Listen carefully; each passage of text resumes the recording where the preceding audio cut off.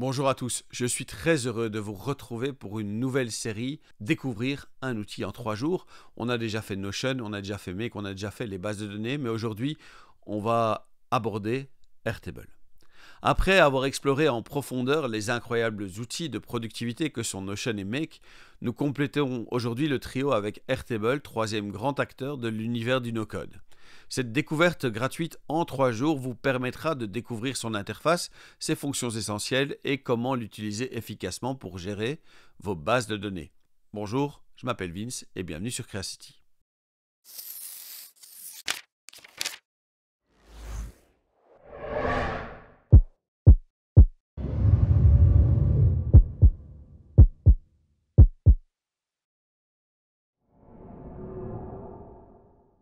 Aujourd'hui, nous allons particulièrement nous concentrer sur les 33 concepts essentiels d'Airtable. Ces concepts constituent les fondations sur lesquelles nous allons construire tout au long de cette série. Après ça, nous allons approfondir l'une des fonctionnalités les plus puissantes d'Airtable, la liaison entre enregistrements, Link to Another Record, qui va nous permettre de créer des relations entre les différentes tables de manière intuitive. On va commencer par faire un peu de vocabulaire parce qu'il faut s'entendre sur les mots qu'on va utiliser avec nos 33 concepts à connaître ici. On va aborder l'interface d'Airtable et puis on va surtout aborder un concept très important dans les bases de données relationnelles qui est le link to another record, c'est-à-dire le fait de faire des liens entre les tables. Alors les 33 concepts à connaître, les 33 concepts sur lesquels on va essayer de se pencher pendant nos 3 jours, concernent l'interface, les vues, les tris, les filtres, et les formules, les automatisations et l'API. Alors aujourd'hui, on va surtout effectivement se concentrer sur toute une série de mots qui sont ici, et on laissera lookup, rollup, count et les autres pour demain quand on parlera aussi des vues, des tris, des filtres, des groupes. Mais on va commencer aujourd'hui par se concentrer sur ces mots-ci, voir un petit peu quelle place ils ont dans le grand tout de Airtable et voir un petit peu comment on peut les utiliser, comment on peut les comprendre, comment on peut les conceptualiser. Alors, je vais vous emmener premièrement sur l'interface d'Airtable. Alors ici, on est déjà à l'intérieur d'une base. C'est un petit peu ce qu'on va construire aujourd'hui. On va en arriver ici aujourd'hui. Tout à l'heure, on va arriver à cet endroit-là à peu près. Et ceci, cet ensemble-ci, est une base de données. Une base de données dans laquelle on a déjà 2 tables qui sont créées, les personnes et les entités. Une base de données dans laquelle aussi on a ici des colonnes et des lignes. Alors les colonnes, on va appeler ça des champs, et ou on va appeler ça en anglais des fields, puisque tout Airtable est en anglais. Donc ceci, ça va être des fields. Et au niveau des lignes, on va appeler ça des enregistrements, des records. Okay, et donc, c'est très important de se fixer assez vite sur ce vocabulaire-là. On a une grande base de données dans laquelle ici, on a 2 tables. Dans chaque table, on a des colonnes qu'on appelle des fields, des champs, et on a des lignes qu'on appelle des records, des enregistrements. Okay. Vous voyez aussi que l'interface propose de faire déjà pas mal de choses dont on parlera surtout demain, qu'elle propose aussi ici sur le côté toute une série de vues, des manières différentes de présenter les informations et les renseignements. C'est les mêmes renseignements mais ils sont présentés de plusieurs manières différentes. Que ici on parle aussi d'automatisation, qu'on parle d'interface, qu'on a des extensions qui sont possibles, qu'on a moyen de partager ces bases de données et ces tables, et que ici, au niveau du démarrage, on pourrait éventuellement ajouter ou importer des données. Et donc ici, par exemple, je pourrais utiliser des données qui viendraient d'une autre base de données Airtable, d'un fichier CSV, de Google Sheet, de Microsoft Excel et de plein d'autres choses encore. L'idée, en tout cas du point de vue d'Airtable, est d'être une interface de gestion de base de données. Okay, et donc si je reviens un petit peu sur l'interface de départ, ici tout simplement vous avez vos workspaces. Vos workspaces, c'est vos espaces de travail. Ici par exemple, j'ai bien Airtable en 3 jours qui est sur un plan gratuit. On va en reparler, on va recréer tout ça, dans lequel on peut créer des bases de données, plusieurs bases de données dans un seul workspace qu'on peut partager, etc. On peut faire plein de choses avec ça. Et donc ici, j'ai un workspace qui s'appelle Airtable en 3 jours, dans lequel j'ai une base de données A3J, dans laquelle j'ai des tables, dans lesquelles j'ai des enregistrements, ici au niveau des lignes, et des champs au niveau des colonnes. Ok, donc là on a déjà fait pas mal de vocabulaire. Il y a quelque chose aussi que je dois expliquer assez vite, c'est ce que c'est le CRUD. CRUD, c'est Create, Read, Update et Delete. Eh bien, ici, cet environnement de base de données qu'est Airtable va nous permettre d'ajouter de nouveaux renseignements, d'ajouter de nouvelles lignes, de les lire et de les présenter sous différentes manières grâce aux vues qu'on a ici, de les update, de les mettre à jour, de les modifier, et de les delete quand c'est nécessaire. Et donc ici, par exemple, voilà, je fais delete. OK.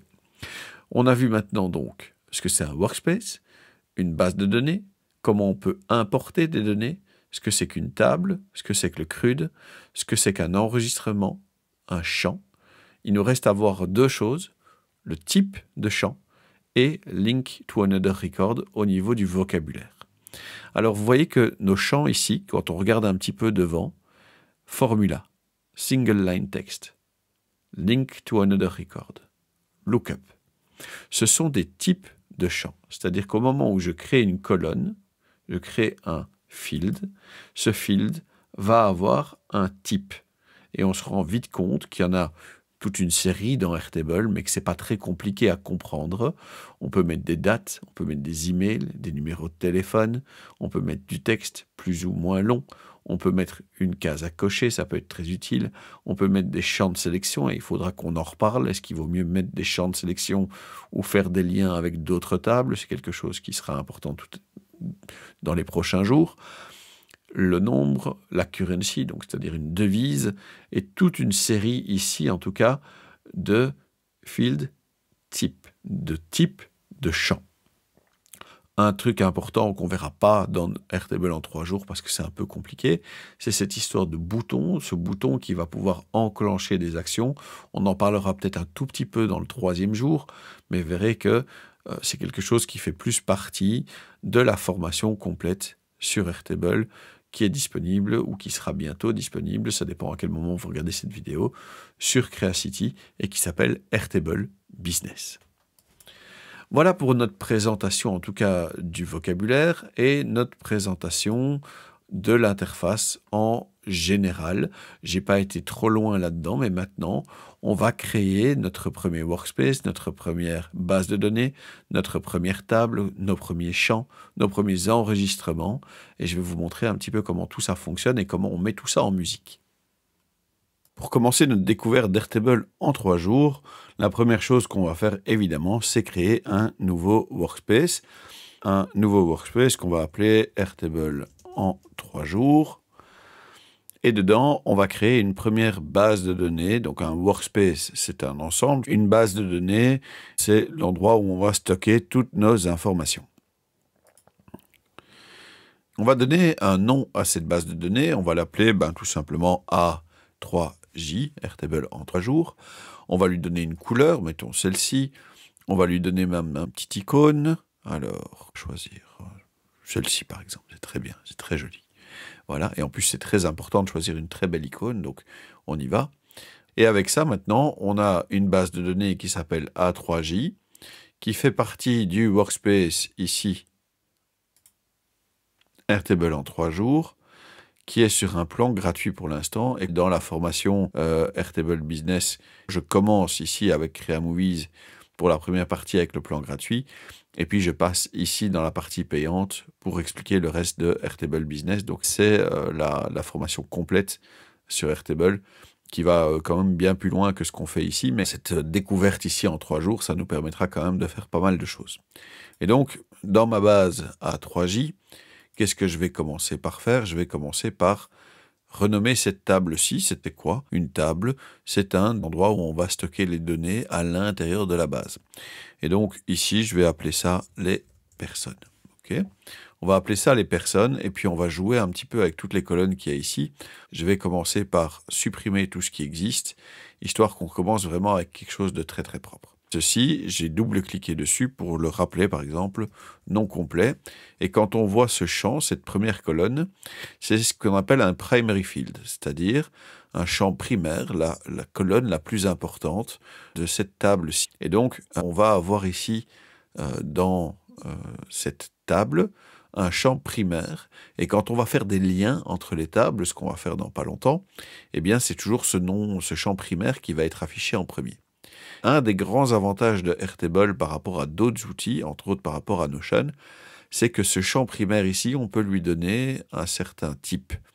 Et dans le type de données qu'on peut lui donner, vous voyez qu'il y a entre autres une formule. Et donc la formule, on va l'utiliser tout à l'heure pour créer effectivement ce nom complet, puisque au départ, on ne va rien écrire ici dedans.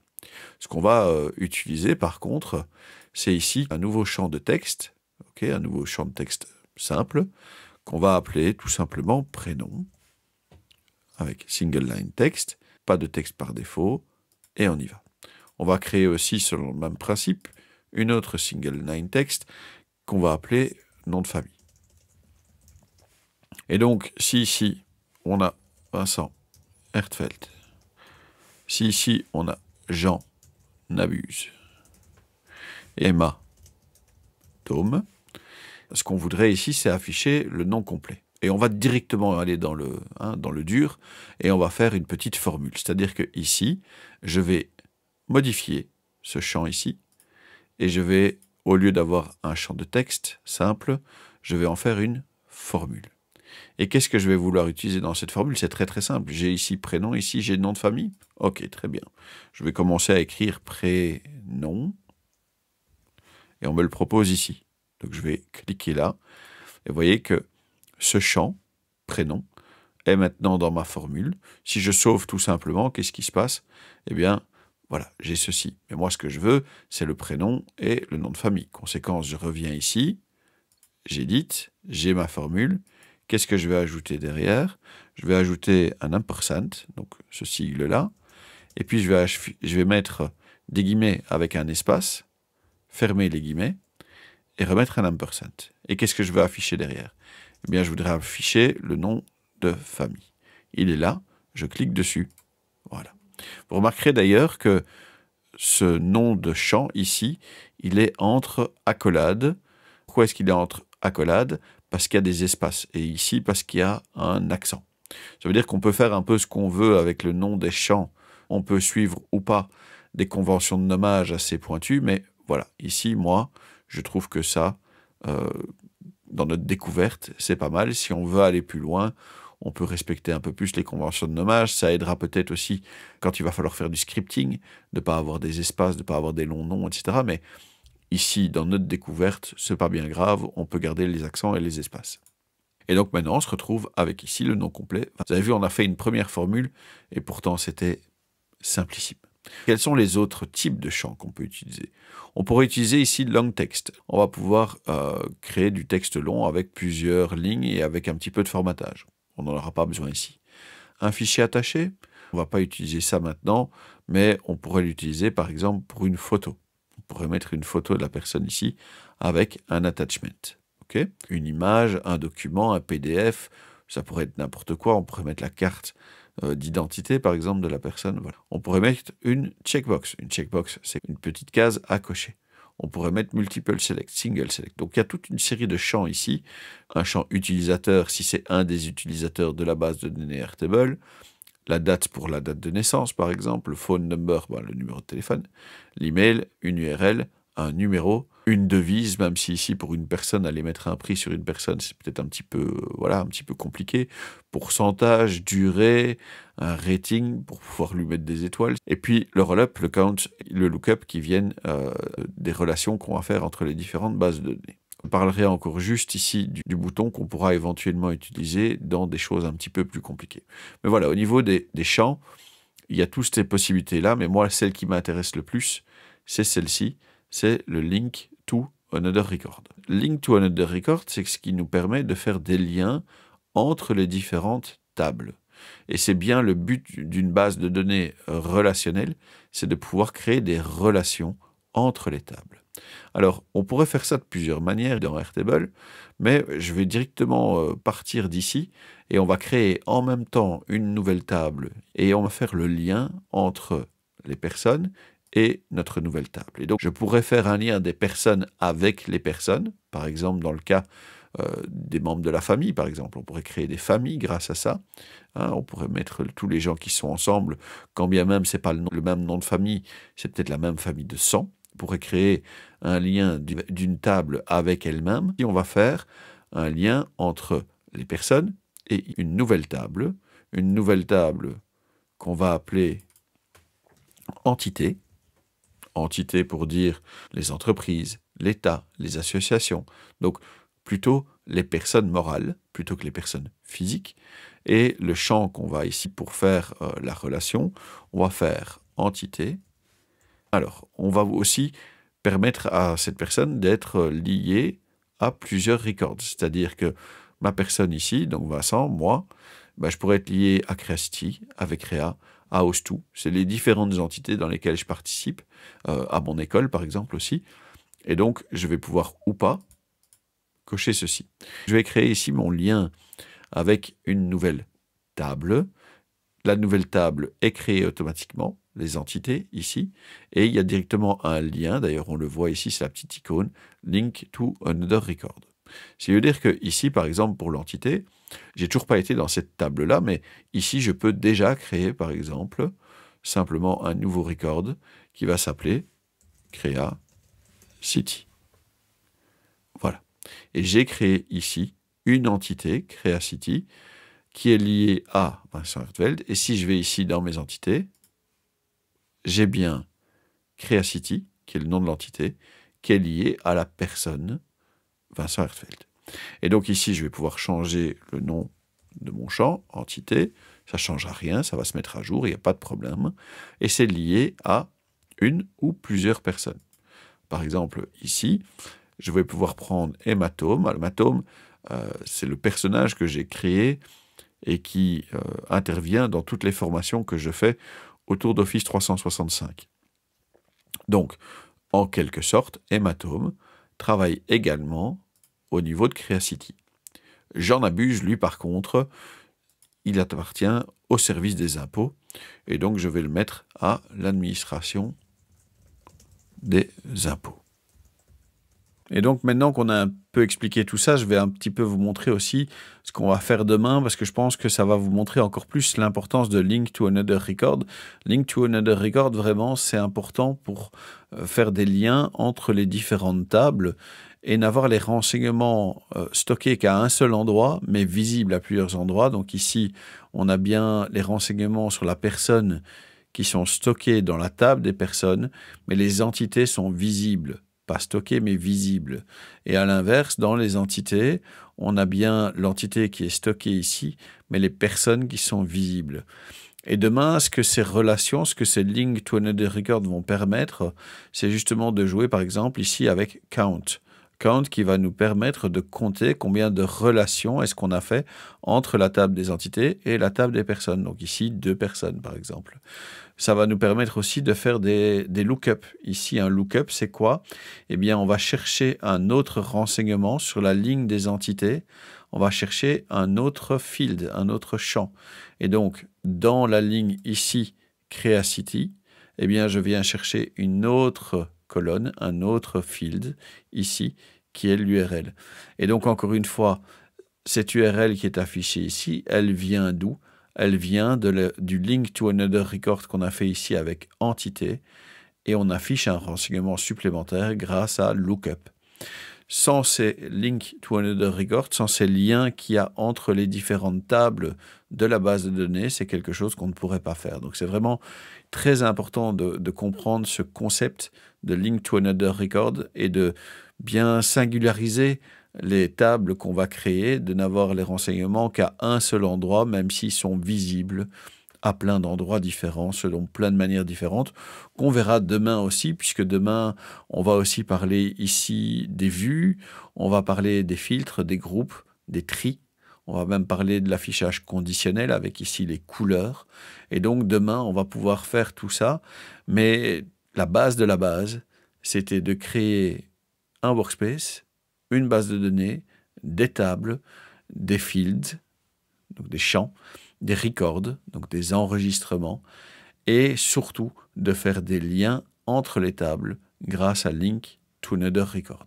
Et donc par rapport à Airtable en 3 jours, par rapport à notre première journée, eh bien on arrive au bout et je vous remercie d'avoir suivi cette mini-formation, cette découverte d'Airtable en 3 jours, premier jour, jour 1. Demain, on se retrouve donc pour Lookup, Rollup et Count, pour les vues, les groupes, les tris et les filtres. Et on va même jouer avec des petites formules. On en a déjà fait une aujourd'hui, mais voilà, on en fera une autre demain. Voilà, c'est tout pour aujourd'hui. Rejoignez-nous demain pour aller plus loin dans la découverte d'Airtable. On va plonger dans Lookup, Rollup et Count, ainsi que dans la gestion des vues. Vous n'avez pas envie de manquer ça, je vous promets, alors abonnez-vous. Et encore une fois, je m'appelle Vince et je vous remercie d'avoir regardé cette vidéo. N'oubliez pas d'aimer, commenter, partager, vous abonner et faire sonner la cloche. Soyez sympa dans les commentaires parce que les trolls, c'est uniquement chouette quand ça danse, ça chante ou ça fait des câlins. Puissions-nous nous revoir bientôt. Merci et au revoir.